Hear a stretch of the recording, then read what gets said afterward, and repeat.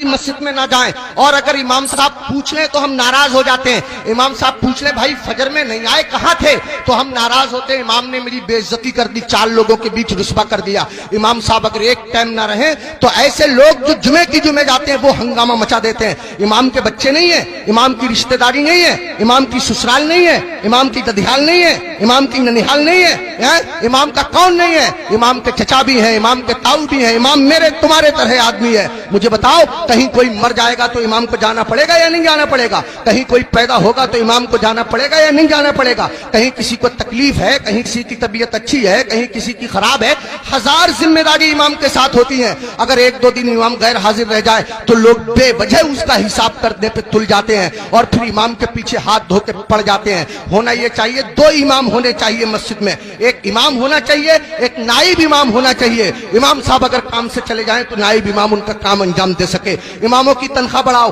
اب ایک دم تو بڑھا نہیں سکتے، میں ایک ترکیب بتاتا ہوں اور پھر حضرت مفتی صاحب کو آواز دیتا ہوں۔ ترکیب یہ ہے کہ جب جمعے کے دن امام صاحب خطبہ پڑھتے ہیں، مطلب تقریر کرتے ہیں یا نعت شریف پڑھتے ہیں، مسجد میں جتنے لوگ جاتے ہیں اگر صرف 10 روپے سے امام صاحب کا مسافہ کر دیں گے تو قسم خدا کی آپ کے پاس سے 10 روپے جائیں گے، میری مسجد کے امام صاحب کے پاس ہزاروں روپے اکٹھے ہو جائیں گے۔ امام صاحب کے بچے کھائیں گے، ان کے دل سے دعا نکلے گی۔ دیکھو اگر اماموں کی تنخواہ کم ہوتی ہے تو نمازیں خراب ہوتی ہیں۔ آپ کہیں گے کیسے؟ میں بتاتا ہوں آپ کو۔ امام صاحب کی تنخواہ 4000، بیوی کی دوا چل رہی ہے 3000 روپیہ مہینہ کی، 100 روپیہ روز اس کی بیوی کی دوا چلتی ہے۔ اب کتنے روپے بچے اس کے پاس؟ 1000۔ اس میں گیس سلنڈر بھی ہے، اس میں تیل بھی ہے، اس میں نمک مرچ بھی ہے، اس میں دال چینی پتی بھی ہے، سب دنیا بھر کے خرچے۔ آپ غور کیجئے، اب امام صاحب مسجد کے مصلی پہ کھڑے ہیں نیت باندھے ہوئے نماز کی، اب پڑھ رہے ہیں سبحانک اللہم وبحمدک وتبارک اسمک وتعالی جدک ولا الہ غیرک۔ اب سبحانہ جب ختم ہوا تو امام صاحب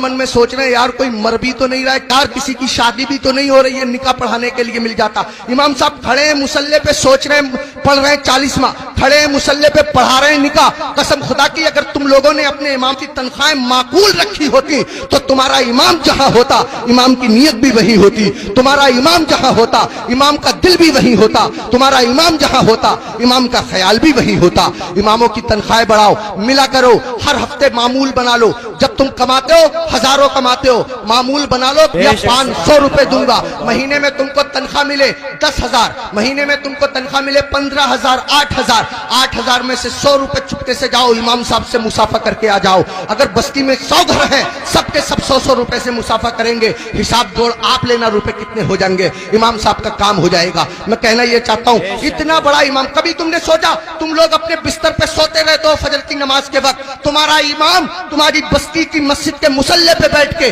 تمہارے لیے دعا کر رہا ہوتا ہے، یا اللہ میری بستی پہ کرم فرما، یا اللہ اس بستی پہ رحم فرما، لوگوں کے کاروبار میں برکت عطا فرما، عزت کی حفاظت فرما، دولت کی حفاظت فرما، آبرو کی حفاظت فرما، اور تم اسی امام کے پیچھے پڑے رہتے ہو جو تمہارے لیے دعائیں کرتا رہتا ہے۔ ایک آدمی پڑا رہتا تھا بہت امام کے پیچھے، ایک دن پکڑ لیا امام صاحب نے، ابے فجر کی نماز پڑھی ہے؟ بولا بالکل پڑھی ہے۔ امام صاحب بولے کیا رکعتیں پڑھی ہیں؟ بولا 10۔ کا فجر میں 10 ہو گئے رے؟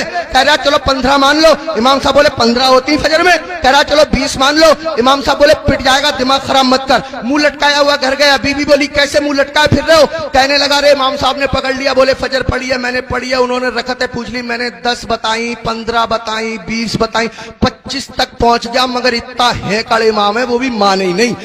تو بیوی کہہ رہی ہے تم بھی تو پاگلوں جیسی باتیں کرو، 4 بتا دیتے 4۔ تو کہہ رہا تو سچ میں ہی پٹوانے والے کام کر رہی ہے، جو امام ضدی امام 25 میں نہ مانا وہ 4 میں کیسے مان جائے گا؟ 25 میں مانا نہیں 4 میں مان جائے گا، پٹوانے والے کام کر رہی ہے۔ اماموں کے قریب آؤ، اماموں کا خیال رکھو، جب کھانا کھانے بیٹھا کرو امام کو فون کر لیا کرو، حضرت کھانا کھایا نہیں کھایا، آیا نہیں آیا، اگر آیا تو کیا آیا، اگر تمہارے گھر کوئی اچھی چیز بنا کرے امام کو پہنچا دیا کرو، امام کا خیال رکھا کرو۔ بال کاٹنے کی دکان ہے، امام سے بال ترشوانے کے پیسے مت لیا کرو۔ کپڑے سلنے کی دکان ہے، امام کے کپڑے فری سل دیا کرو۔ پوری بستی کا ایک امام ہے، کیا نہیں ہو سکتا؟ مشکل کام نہیں ہے، مشکل کام نہیں ہے،